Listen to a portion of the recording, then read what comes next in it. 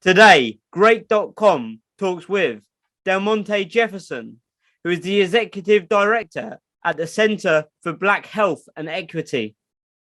If you haven't heard of them, they are a non-profit organization on a mission to support communities and Black people of African descent.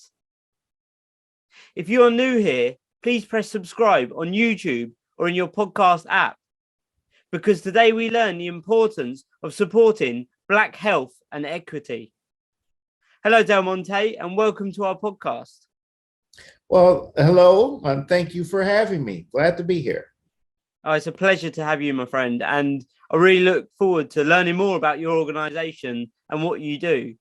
So to start with, Del Monte, for me and anybody new here, what is the Center of Black Health and Equity, and what do you do?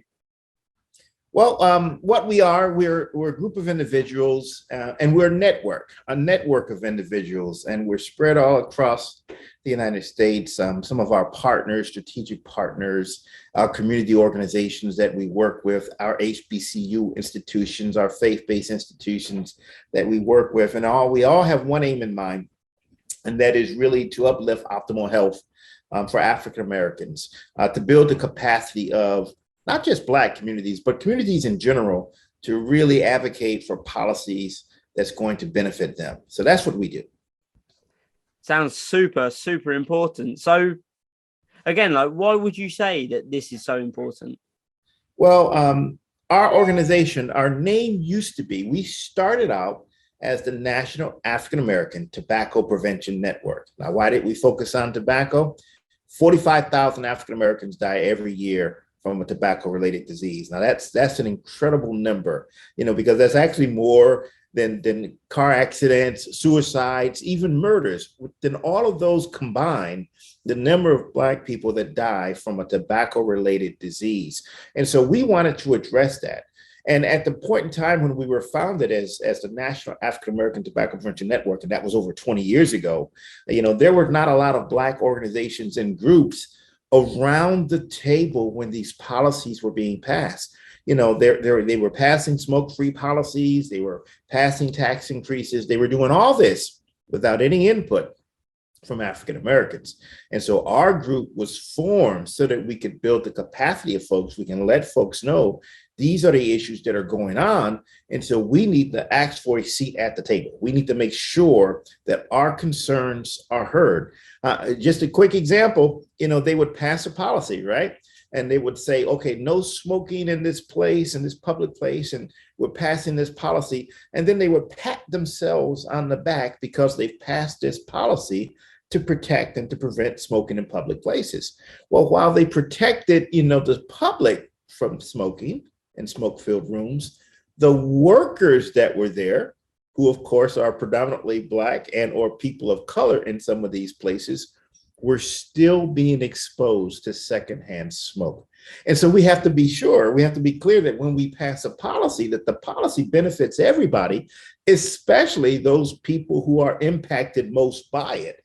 And so in this point in case, not all the policies that we were passing to prevent smoking in public places were benefiting the people who needed them most. And so we built the capacity to say, hey, if we're going to pass a policy, let's not just ban it, for the people that are attending and coming to restaurants in those public places, but for the workers as well. Let's make sure that we're protecting them as well.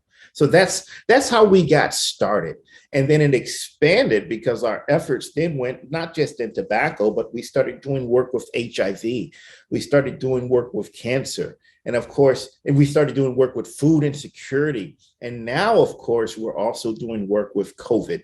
And so basically, we're just trying to make sure that policies that are passed are centered in equity and that they protect everyone, especially those that they were intended to protect.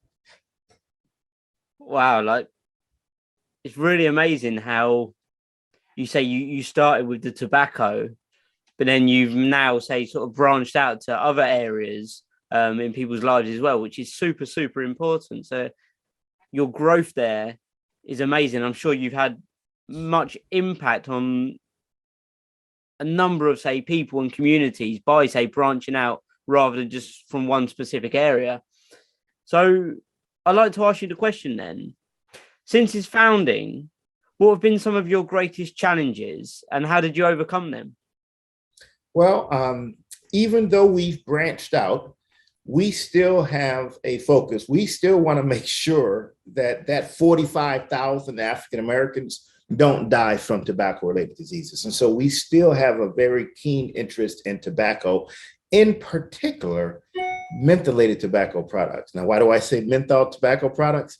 Because Black people, African Americans in general, of those that smoke cigarettes, 88% of them smoke mentholated tobacco products, an overwhelming majority. And so why do we smoke mentholated tobacco products at such that rate? Well, there's been this targeted marketing in African American communities by the tobacco industry. We can say targeted, or we can call it predatory marketing, whichever term we want to use, where they've come into our communities, they've plastered these large billboards and storefront advertisements on our stores, to whereby you can't even see inside the store because there's these ads that say Newport or Cool or whatever it is all over the store. They've come into and they've appropriated our communities. They've taken over festivals. I mean, I'm sure you've heard of the Cool Jazz Festival. And I'll tell you, growing up as a child, I had no idea that the Cool Jazz Festival was sponsored by Cool Cigarettes. I thought it was a play on the word cool, is how come they said it. But no, it was because the cigarette company Cool was sponsoring it. And at these concerts, they're giving out the green and white hats. They're giving out free cigarettes. They're just really, again, appropriating our culture. They have these offers, these resources, these funding that they give to Black elected leaders, our faith leaders, our civic and social leaders. They're giving them funds to promote their cause. And so all this is really predatory marketing. And so there's no wonder that 88% of African Americans that smoke mentholated tobacco products. And so we've been fighting against that. We've been saying ever since 2009, when the Tobacco Smoking Act was put out and Congress said, hey, look, we're going to outlaw flavors in cigarettes. We're going to outlaw strawberry. We're going to outlaw grape. We're going to outlaw raspberry in cigarettes. We're going to outlaw all these flavors, but we're going to exclude menthol from this list of flavors. Now, why is that important? I just said 88% of African Americans that smoke are smoking menthol.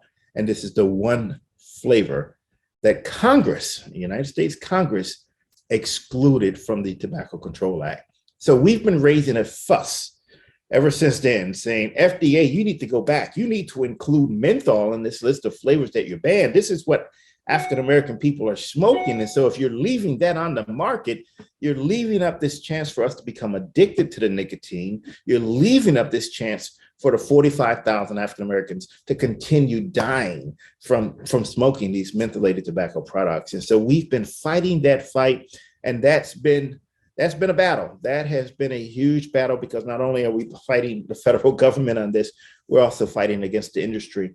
And the industry, as you already know, they've got billions of dollars. And so every time we fight, they come back, they throw in some money, and there's this thing, it just keeps on going. So that's been hard. Now, last year, there was some headway. One of our partners, the African American Tobacco Control Leadership Council, they sued the FDA, and they said, hey, FDA, we've asked you since like 2009 and 2013, we filed a citizens petition to say you need to take action and to do something. And the FDA did nothing. So finally, last year, after this long, hard battle, the FDA finally said, and this was April 29th, 2021, they said, you know what, we're going to do something about menthol. We're going to ban menthol in cigarettes. That's what they said. Now, this was last year, but mind you, the FDA has said similar things before in the past that haven't come to pass, that haven't happened yet. And so even though they said it, we took that as a victory. We were very happy, but the work's not done. So we still are passing local level policies. And that's what we did. When they wouldn't do it at the national level, we went local. We went to our partners and we started passing these statewide and or local laws. We got two states, Massachusetts and California. Even though California's was repealed, the tobacco industry fought, and they came back and they challenged everything that we did there. And so we still got some work to do to reel California back in, but Massachusetts is still standing. And we have hundreds of local restrictions banning the sale of menthol. But again, that work is not over. So that's been one of our biggest challenges, is trying to get over that hurdle, trying to save these lives, these 45,000 African-American lives. I mean, it sounds obviously like it is a huge challenge, especially when you say there's money involved as well. Like, money seems to always sort of win, doesn't it? So yeah, I'm sure that is a difficult challenge, but also it's an ongoing challenge. It's not just like you're doing what you can do now and then stopping. Like, it's an ongoing process until you've actually got those laws in place, etc. So it sounds like you guys are doing amazing things, moving towards, say, your ideal there. So what I want to mention now is about, you mentioned earlier, COVID. So what sort of impact has the COVID situation over the last few years had on what you guys do there?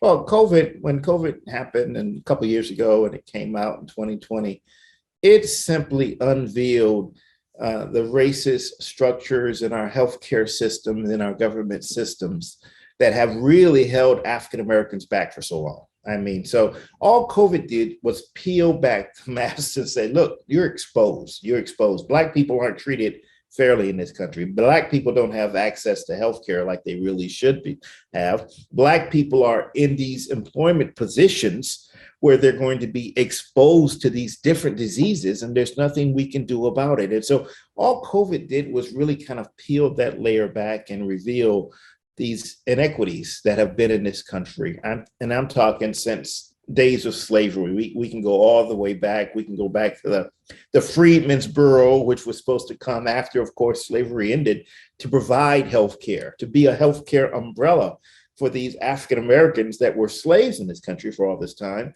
and how even Congress back then just fought against the Freedmen's Bureau and what it could do and how it could help support other citizens of this country. Well, COVID just said, look, we've got a situation here that needs to be dealt with. African Americans and other vulnerable populations are going to continue to be exposed. They're going to continue to be vulnerable as long as we don't change structural inequities that we have in this. As long as we don't change our healthcare system, as long as we don't change our educational system, as long as we don't change and we leave untouched our judicial system, which again targets African Americans unfairly. So COVID just exposed a whole bunch of inequities that we have here. Now, we've been working, of course, we've got several campaigns out. One of them is called the Truth Check, truthcheck.org, where we try and help folks that are trying to deal with vaccine hesitancy. Now, why do we have vaccine hesitancy in African American communities? Well, if you go back to those different experiments that were done on Black people, again, exposing the inequities, go back to the Tuskegee experiment, go back to Henrietta Lacks, go back, and you look at how our interaction with healthcare, with doctors, with studies hasn't been always pleasant, hasn't been pleasant at all. And so as a result, there's going to be some hesitancy. Now you couple that with misinformation and disinformation, and you've got yourself a serious problem. So we've got a website out, and we've got a campaign, and what we try and do is, we're not coming out and saying what's mis and what's this. What we're saying is, check it out. Check out the facts. If you hear something, and I've heard, it's amazing what you hear, and on the dark web and from others, about COVID, about this misinformation, that if you just do a check, and that's all we're saying, just check to see if it's true. If you just do a check, you say, wow, that's not accurate. That's not factual. The source, and then if I look at my source and I say, oh, it came from the dark web or someplace like that, my source. And so we're just asking folks to do a check, just to check and see. It's easy to do, to check any information. It's easy to find out what the truth is. There are reputable sites that you can look at to get information. And so we're just trying to help folks to get that accurate information, because we understand the hesitancy. We understand why folks are hesitant to get vaccines. And so we just want them to get accurate information so that they can get a vaccine, because we've got a system out there that doesn't have our best interest in mind. And so we have to take ownership of that ourselves. I mean, thanks again for sharing that with us. And I mean, it's so important to say, get that correct information, especially when people are, say, worried or scared or unsure whether they want, say, something like a vaccine, for instance. So they need to be guided in the right directions and supported. And yeah, the correct information is key in order to, say, move things forward, especially for stuff like the COVID vaccines, etc. So I want to ask you, what are maybe some of your biggest needs of the communities and the individuals that you support, and how are you guys as a part of the solution? Yeah, some of our biggest needs, Ryan. What we're trying to do, again, as we just talked about, is build community capacity and develop community infrastructure. Again, and we're trying to do that because if a community, and when I say a community, I'm talking about a group of people that share, the same geography, history, the same culture, the same context. That's a community. And that community, it can be Black, it can be brown, it can be yellow, it doesn't matter. That community that can have that same history, culture, geography, and context. Well, in order to build capacity and develop infrastructure, the biggest thing that's needed, the biggest thing is the one thing that's been taken away, and that's resources. We're needing resources. Some of the resources are going to be financial resources. Some of them might be informational resources. Some of them might be the technology and the skill set, those type of resources. But the biggest thing we're going to need is resources.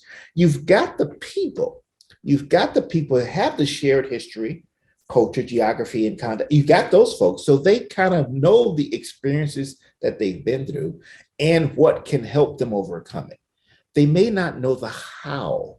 And so the capacity building is going to be able to teach them the how, the how you can make this happen, how you can change this, how you can advocate for a policy that's centered in equity, that's not going to harm the very people that it's put out there to protect. And so resources, again, financial, technological resources, all of these resources is what we need to really build up this capacity and to develop the infrastructure of these communities to be self-sustaining and to advocate for policies on their own behalf. Brilliant. That's absolutely amazing. And yeah, I mean, it's so important to have the, say, resources to hand as well. So going on from that question, actually, I'd like to ask, if you know this, how many, say, individuals or communities have you supported? We've supported, and again, if you go back to when we first started, I'm just going to go back to where we first started, and it was tobacco prevention. There's probably been hundreds, if not thousands, of communities that we've worked with, just building their capacity to be at the table to advocate for these policies. We were doing that work, and then we started getting funding from CDC to actually do that work and help them build capacity across the different states, particularly states that had a significant portion of African Americans, because CDC has a national network program where they not just African Americans, but they do the same type of skill building and capacity building for Asian populations, for Latino populations, for those suffering from mental health or low SES, or in certain geographic areas that they might be American Indians. And so we've got national networks for all of those populations. We manage the national network for the African American population. Now, if you fast forward to right now and today, that model that we were using in terms of building capacity, well, what we do is with any grants that we do outreach to and grants that we get, well, we take a third of that grant to make sure that we're able to fund community organizations, community-based organizations that are on the ground that need the support, so we can help to build their capacity and to help them to do the work that needs to be done and to help develop their infrastructure. So we're very proud of that. And even right now, I think there's about 14 or 15 that just this year, different community groups that we're funding through resources that we have that we've put back out there to the communities to help build their capacity and develop their infrastructure. Wow, that's absolutely amazing. And yeah, you've obviously supported many communities as well. So yeah, fantastic work. So what would you say your vision is for the future? Well, the vision, of course, I think that there's a lot of communities. The vision is that there are a lot of communities. And so obviously that means that we're going to need more resources to support them. Now, what we would want to do, what I would love to be able to do, is if we could build capacity of, say, a regional hub, and that regional hub is then able to go out and work at a state by state or city by city level, that would be ideal because, we're staff, we've got about 20 something folks, and 20 something folks trying to work across a country and across an entire, different community span.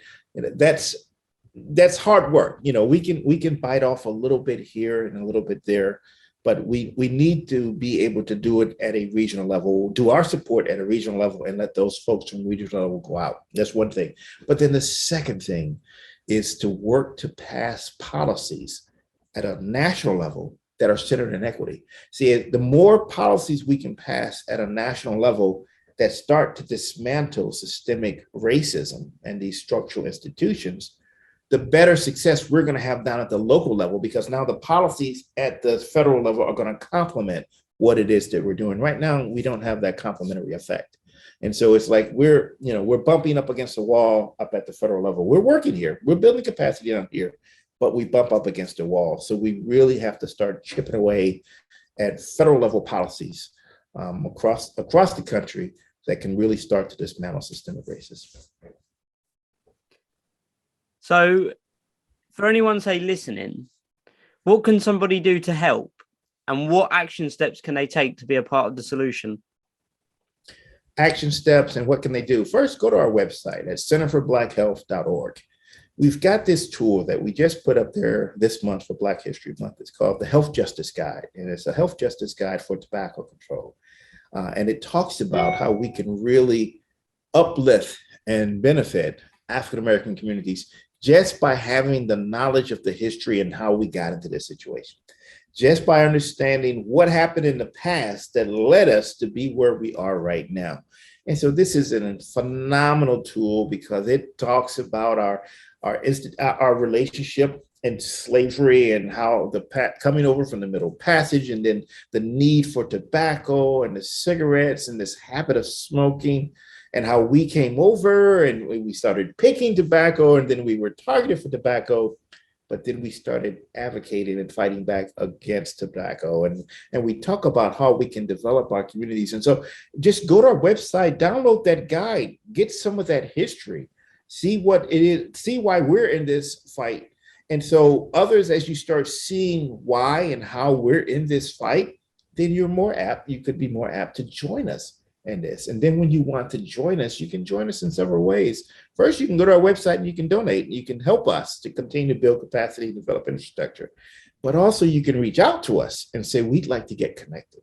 We'd like to be a part of this. We'd like to get some training so we can help build capacity and develop infrastructure here in our community. And again, we got communities all over the place with that same shared history, geography, culture, and context that we can work on.